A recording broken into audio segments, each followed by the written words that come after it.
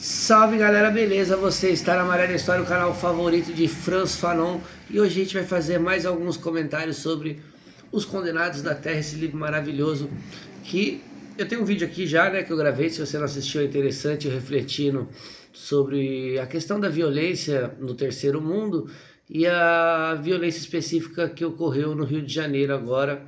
Eu tentando fazer um balanço, mas não falei necessariamente do livro e agora eu vou comentar a obra de modo geral, né? Então, sem delongas, vamos ao vídeo. Deixa seu like, se inscreve no canal, deixa seu comentário, que é o mais importante para que essa mensagem chegue para os quatro cantos da internet. Beleza? Bom, é interessante que você veja o vídeo anterior também, né? Mas, basicamente, bom, eu estava lendo esse livro, achei bem cansativo, bem diferente de Pele Negra, Máscaras Brancas. E o primeiro capítulo é sobre a violência, né, cara? E eu li ele inteiro assim e achei bem cansativo e até mesmo maçante, né? Como pô, 100 páginas falando desse assunto, quase 80 páginas, e achava, pô, dá para resumir, e me senti um pouco cansado. Mas quando eu terminei de ler esse capítulo, no outro dia eu acordei e tava tendo aqueles conflitos no Rio, né? E eu fiquei pensando como que é importante essa discussão que o Fanon está trazendo. Então vou basicamente tentar resumir aqui o meu entendimento, não sobre a realidade da África, da descolonização necessariamente, mas para a nossa realidade latino-americana, né? Bom, os países... A pergunta é por que há tanta violência em países de terceiro mundo? Países que ficam nesta parte da divisão internacional do trabalho, né? Assim dita, os países subdesenvolvidos, que são geralmente países do chamado Sul Global, né? América Latina, África e parte da Ásia, que por sua vez são países geralmente que passaram por processos de colonização. E países que passaram por esse processo de colonização e que são formados a partir desse processo de colonização, como é o caso do Brasil, são países forjados sobre o signo da violência, entende? Então vamos pegar, por exemplo, a chegada dos portugueses aqui, e eu não quero tratar de como fosse uma história metafísica, né? Então, se você não viu o vídeo, eu tenho umas lives aqui sobre a história de Cananéia, o bacharel de Cananéia e tudo mais, e como foi aquele processo inicial e como houve o processo de miscigenação, né? Então eu não vou ficar me alongando. Se você quiser se aprofundar, vai lá nos vídeos ao vivo que você pode conferir uma aula mais completa.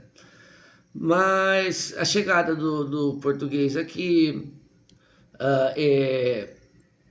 a escravização dos índios, né? Os bandeirantes, a caça adentrando pelo interior, a desumanização dos negros em diáspora, né? Toda a violência contida na escravidão. Então, são populações que nascem sobre esse signo da violência. No caso dos mamelucos, por exemplo, que são a miscigenação de brancos com indígenas, né? Que vão se tornar uma boa parte desse contingente vão se tornar bandeirantes. Eles nascem sobre um signo de violência e de exerção da violência também sobre o outro, né? Tanto que daí vem o nome mameluco. Se você quiser entender, veja o vídeo lá, que tem um vídeo sobre isso aqui, uma live, né? Então, é tanto uma violência que é cometida sobre os corpos colonizados e muitos deles também reproduzem. O que eu costumo dizer é que para essas populações, num histórico de memória social e também num histórico de memória individual ou familiar, existe muita violência, né? Então não é uma coisa estranha aos povos colonizados a violência. Não é algo que se vê na televisão, principalmente para as zonas periféricas. É algo do cotidiano real. E muitos desses povos, por exemplo, os indígenas, eles não eram vistos pelos europeus necessariamente como humanos. Os negros também. Então, essas populações são, em maior ou menor grau, desumanizadas. São números. São coisas são vistas como uma espécie de uma espécie animalesca, né? Não tem o mesmo valor humano do que outras populações, vamos dizer assim. Então ele enxergando que se a vida dele não tem o mesmo valor do que as outras vidas, entendendo que a sua vida não vale nada, e a partir disso sofrendo muita violência, ele entra nesse jogo de tudo ou nada, né? E a minha vida não vale nada, mas a vida em geral não vale nada.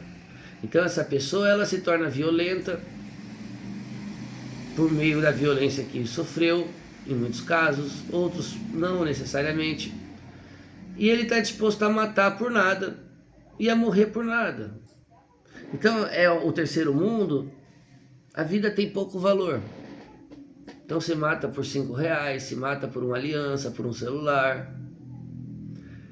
E assim, a gente não pode também aqui ser inocente, né?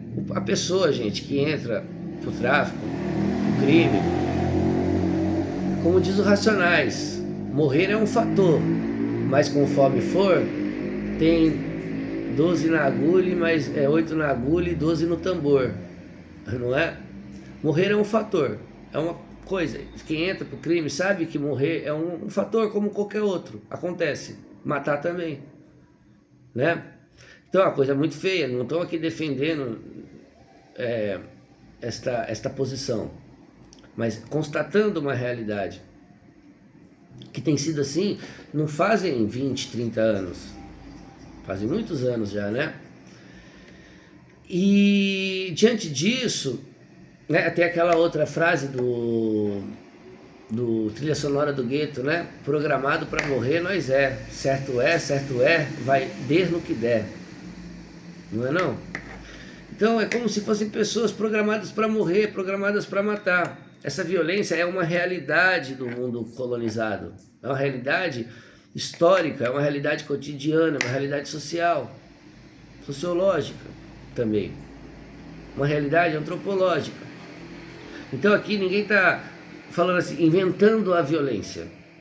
A violência é uma realidade dos países subdesenvolvidos que passaram por processos de colonização. Então, o que o Fanon propõe nesta obra, depois de compreender que não dá para descolonizar sem violência, porque a colonização é violenta e a defesa da colonização também é violenta, ou seja, é necessária e é real, o Fanon, basicamente, nesse livro, vai propor um programa de descolonização e de instrumentalização, de organização deste ódio que existe, desse ressentimento que existe no colonizado, desses sentimentos desta natureza. E ele vai propor uma organização e um manual de descolonização. Então, por exemplo,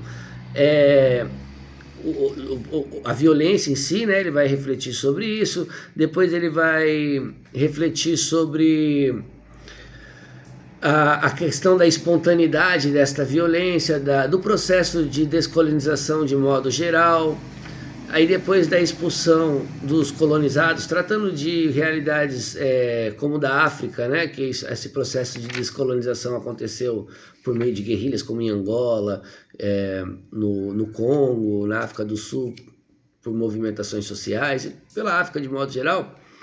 E como que depois disso é muito complicado também organizar a nova realidade nacional, o novo homem que vai surgindo, a nova consciência, aí as contradições que entram, né? Por exemplo, ele diz que quando começa a perceber que o negro ou o árabe, né, ele é capaz de explorar o negro também, a formação de uma burguesia nacional que explora o proletariado nacional, já não é mais uma burguesia internacional, e como essa burguesia ela se apropria de um discurso nacionalista, de um discurso anticolonial, mas depois que esse processo acontece, ela se alinha aos interesses da metrópole, que vai embora, mas continua presente por meio do capital, do investimento, um certo paternalismo também, né?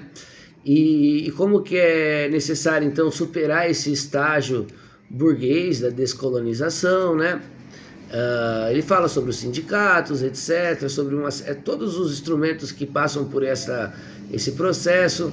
Depois, o surgimento de uma consciência nacional, né, os conflitos regionais, né, que essa consciência nacional não é típica da África, né, ou dos países, né, que a gente tem aqui também no Brasil, essa diferença entre o Sul, o Norte, o Nordeste, como que é difícil trazer uma coesão para isso.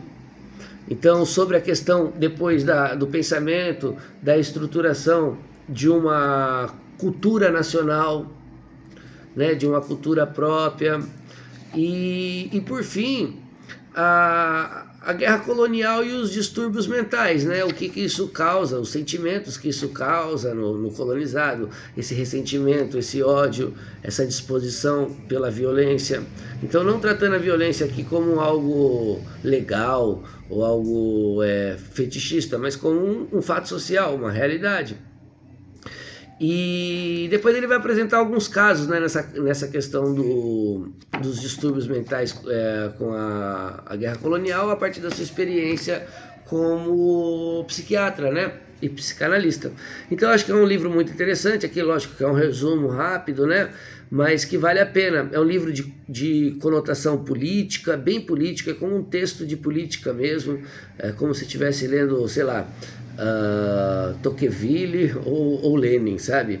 São vocabulários não tanto da psicanálise ou da filosofia, como é no Peles Negras, Máscara Branca, mas um vocabulário bem politizado, sindicato, partido, burguesia, proletariados, etc. Então é isso, beleza?